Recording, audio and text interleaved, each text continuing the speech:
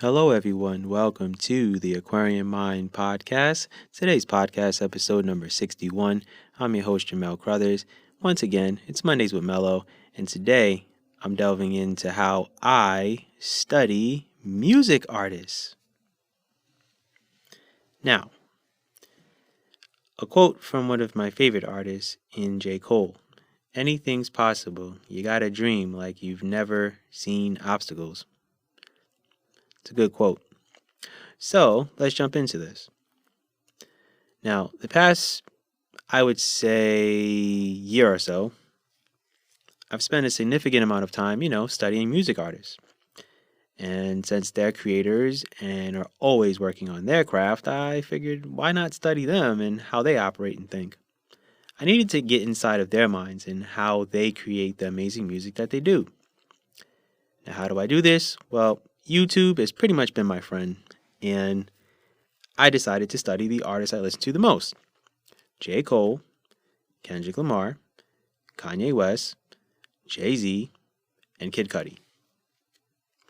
Now, they're all great at what they do, and I do listen to a lot of hip-hop music because, well, that's what I grew up on. So it's only fitting that I study these greats. And they all contribute a special gift to music, and they're great storytellers. Now, I know you're thinking in your head and you're wondering, why are you studying music artists when you're an author? Well, if you really think about it, they're authors and storytellers themselves. They're talking about their lives, their life experiences, and their truth when they step into the booth. So, to be able to study them and how they make their albums, the process it takes, the note-taking, beat-making, having the right people around them to create the music that they want, it all takes a lot, and it's nowhere near easy. This all correlates to how I create in so many ways, and I'll explain. Now, I don't have a lot of people around me to help me create the content that I do, but the world is constantly inspiring me to write stories and push my limits. In regards to pushing my limits, I can definitely relate to Kanye West.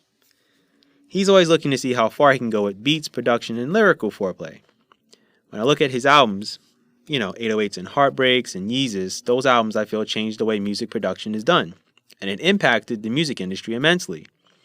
I can say that my projects, The World in Ruins, I Woke Up a Black Man, will eventually change how writing is conveyed, written, and spoken about.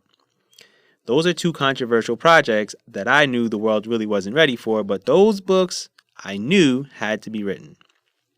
Now, moving on to Kid Cudi. Kid Cudi brings out the struggles aspect of my storytelling.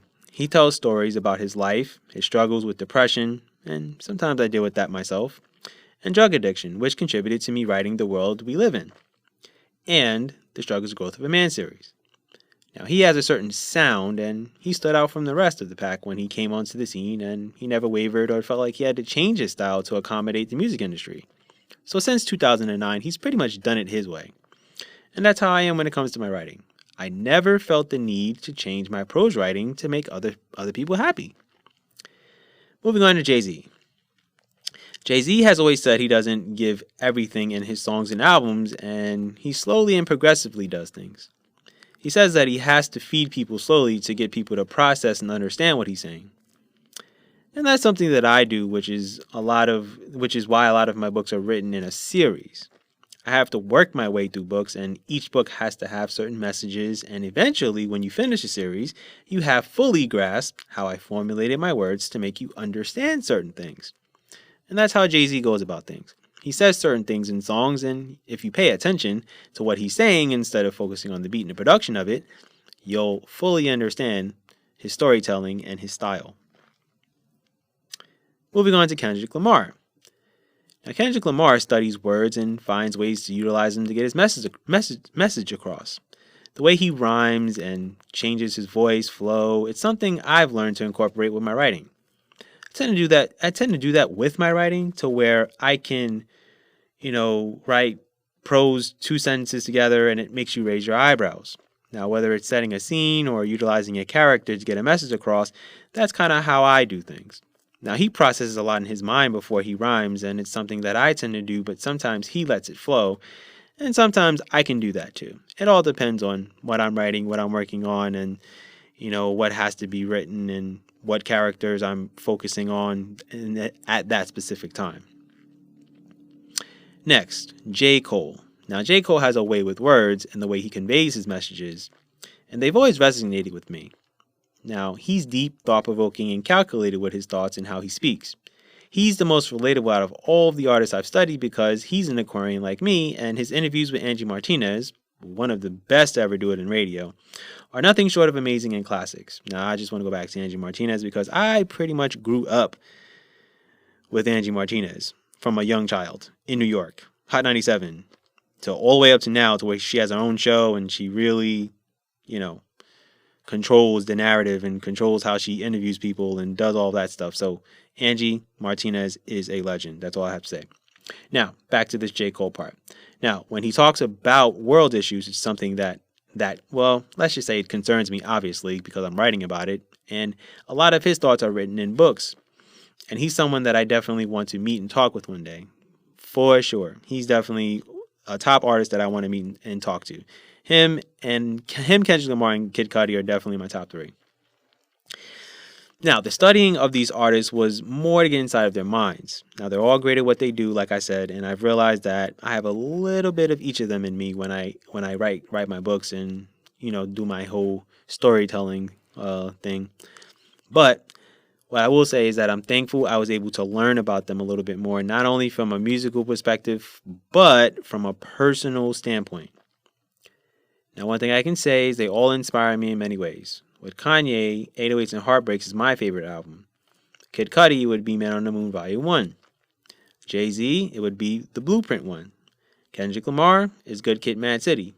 And J. Cole, it's definitely Kids on Drugs, KOD. They're all close seconds with these artists, but over the years, they've all improved and honed their crafts, and that's why I continue to improve and create stories that no one has seen, heard, or read. And that's why I challenge myself with writing certain series, Kids with Guns, The World We Live In, Struggles and Growth of a Man, and then I challenge myself with standalone books. I Woke Up a Black Man, The World in Ruins, America Under Mind Control, American Country Divided, The Man Who Lost His Soul. I can go on and on and on. And now I've shifted myself to working on, A Woman's Worth. And next will be A Man's Plight.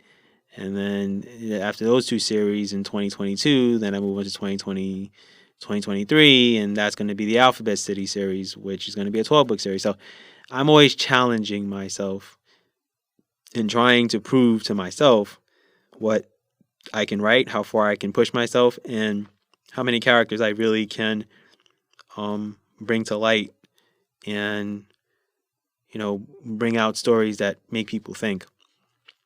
So that's why I study music artists so much. And I spend my time looking at the behind the scenes stuff that, they really don't have to share, but they choose to because it's necessary. And, it allows other music artists to get inspired. It allows creators like me to, think about what's next and what can I challenge myself with. Think about Kanye West and his sound when he did The College Dropout and then Late Registration and, they have similar sounds and things like that. But then by the time he gets to 808s and Heartbreaks, it's a different sound. And then, by the time he gets to Yeezus, it's another sound. So he's pushing his limits in production and challenging himself to see how far he really can push himself. And then Kids See Ghosts, that was a different sound to it. Then he kind of, shifted and did something totally different, in regards to Donda. So, he's progressed as time has gone on. If you look at all, the artists that I've talked about, their sounds have changed, their production has changed, things like that. If you look at Kendrick Lamar from Section 80, more of in the beginning of when he was doing his music, and then you get to his most recent album a few years ago, Damn, the sounds are different. The life experiences are different. You look at Good Kid, Mad City, and he talks about life in L.A., and it's a whole storytelling album of one day in the life of Kendrick Lamar and going through L.A. So always know that, when I'm telling these stories, I'm doing it with a purpose and with a reason. And obviously, these music artists are creating the content that they're creating for a purpose and a reason. So, with that said, that's my podcast for today. I thank you guys for listening. Be good, everyone, and go accomplish your goals.